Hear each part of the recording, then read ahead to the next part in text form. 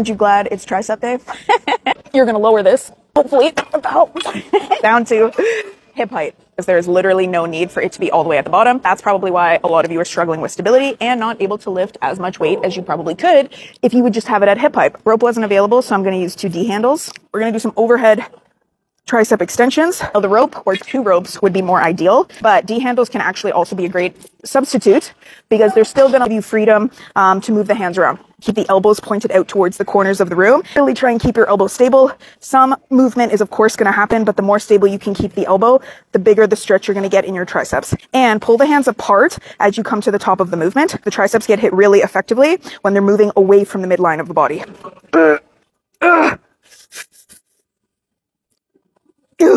Notice I maintain a split stance here, which is going to help with stability. But if you really struggle, kick that back leg and really drive that heel against the machine, that's going to give you a little bit of extra support.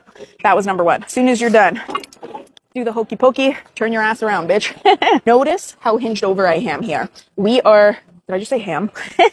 Well, it's to keep my elbows as stable as possible, and I'm mentally thinking about keeping them pointing towards the ground the entire time. It's a really nice compound set and mechanical drop set because the first exercise is going to be a lot tougher as you're pulling the weight away, whereas this exercise is going to be easier because we're working in a smaller range of motion and we're pushing the weight down towards.